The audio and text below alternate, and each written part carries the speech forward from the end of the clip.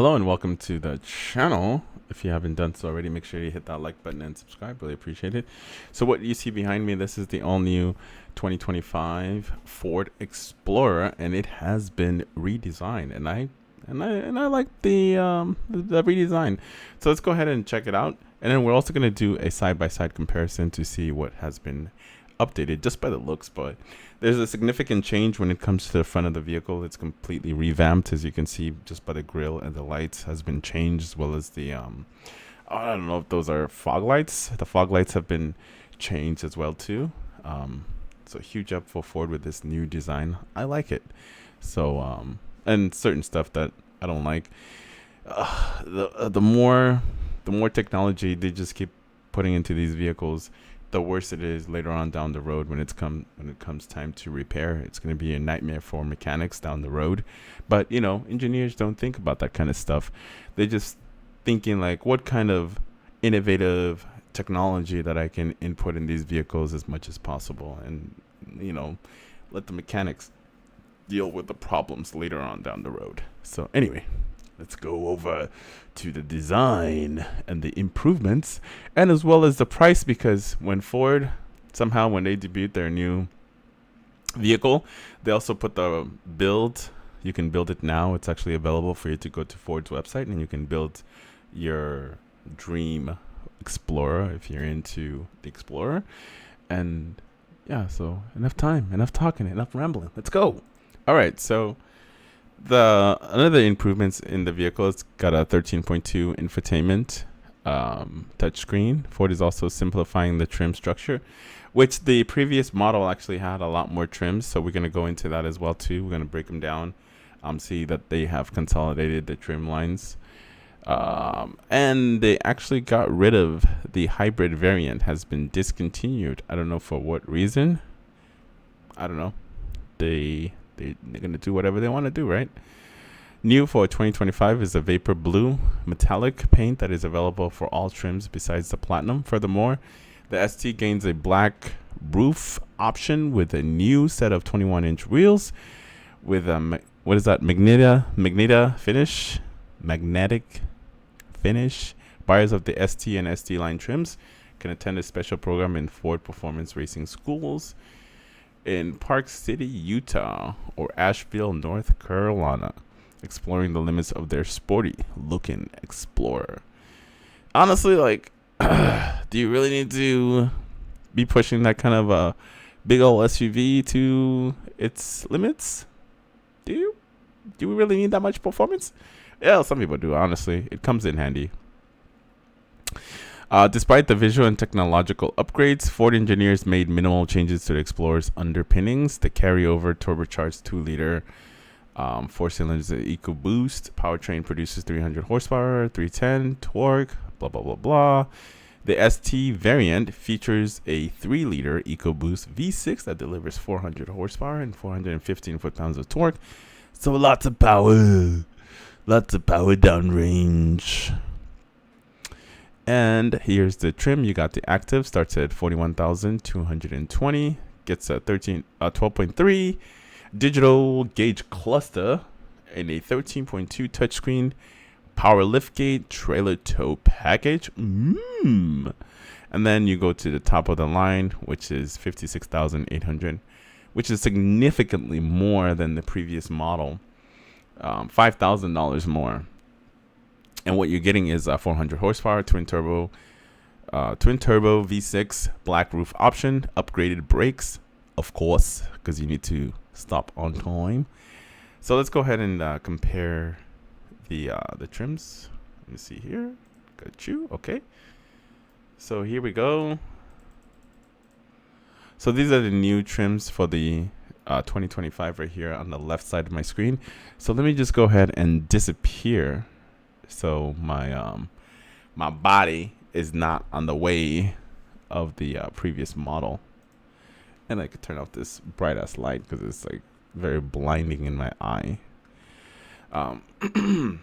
So as you can see from last year's model, we're going up significantly in price, about $3,000 more than the predecessor, about $2,000 to $3,000 more than the predecessor.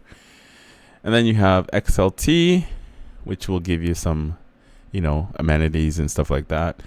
And then you have the ST line. ST line now starts at, actually, the ST line went down in price on the all new 2025. It went down to 44,000. There you go. So you started 46,000 from last year's model. And then you have Limited, Timberland, ST, and King Ranch. There is no King Ranch.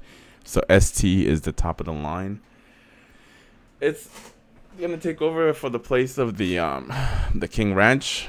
So that's why it's that price, I guess. It's gonna be the top of the line model. So I'm assuming it's gonna have all the amenities of the King Ranch, but in a ST body, giving you that performance as well as that, interior with all the goodies that the King Ranch one would have had. It would make no sense. It would make no sense for Ford to come out with another version, or at least another trim, to top this one. Then that would be like what, 60,000 maybe, but they're not gonna do that. It makes no sense, honestly. But what do I know? I'm not an engineer. I'm just an armchair auto blogger per se. But if you want last year's model, I'm sure you can save some money and get it for a really cheap price. But to be honest with you, I like this new version a lot more than the previous model. Even from the base model, it's a little bit more money.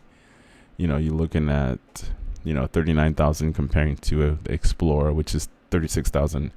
I want to say, for comparing to last year's and this year's, I think the XLT is going to be the example of last year's model. So technically the price increase isn't that much.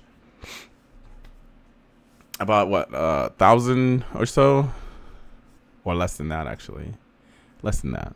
About $800 to $900 roughly. And then you have your ST line, which is right in the middle.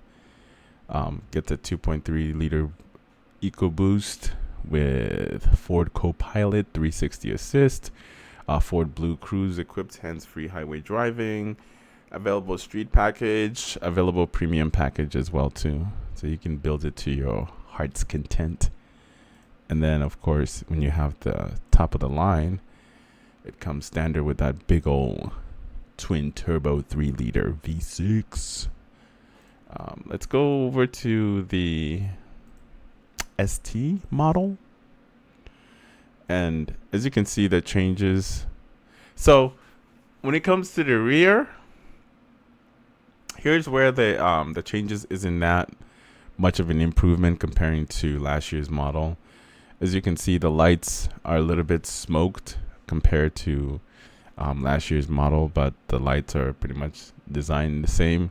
Everything else looks very similar, except it has the Explorer written right here on this side of the. I wish you guys could see. Hang on a second. Let me see here. Can you guys see? I don't know if I can see. Oh yeah, I can see my. I'm trying to find my mouse pad. Like, where my mouse at? So the Explorer has been written right here, but everything else is just. It seems like it's just been smoked out on the lights right here, the reflectors, and then but everything else seems to be look the same to me. The only difference is the front of the vehicle looks completely redesigned, changed for the 2025. Well, the lights right here, it seems to change the design a little bit, but they removed this right here, and then it's got like a little fog lights right here on the side over here. Let me see if I can bring this back a little bit. There you go. That's a little better. So the lights have been changed a little bit, design of it, and then the fog lights as well too. So those are the changes. But when it comes to the rear side, everything seems to be, the same in some sort of way. So to me, this wasn't like a complete overhaul of the vehicle. It just seems like a facelift, like, a minor redesign, not a complete overhaul from the ground up where we get a brand new Ford Explorer. But that's just my opinion from just looking at the pictures and comparing the two vehicles together. And the interior too looks very similar. Yeah, see, it's just the stitching on it is a little bit different. And the interior too, when it comes to it, you get bigger screens. So this is much bigger than the previous year's model. You get a 13-inch comparing to last year's. Same engine, same platform. That's why I said it's the same. Same. It kept a lot of the same, but they built upon it, like just from the front side of it. Interior looks very similar, but minor changes here and there. Overall, like I said, to me, in my opinion, I like it better. I like the styling a lot better. The price, not so much. The price is a little bit expensive comparing to last year's model. So if you do want that performance and everything else is the same about the vehicle, and you can save yourself a few $1,000s, just get the last year's model. Unless you really love the new design, then go ahead and get that, but it's going to be way more expensive. That's why when you're looking at the monthly payment at the very top right here, it says $1,000, $1,013 comparing to last year's model, which is $607. Oh, never mind. This is for 39 months. This is for finance. That's why. I was like, wait a minute. Numbers don't add up. So let's go back. So, you guys let me know, as always, what your thoughts are of the new Ford ST. As always, make sure to like, subscribe if you haven't done so already. And I'll see you in the next one.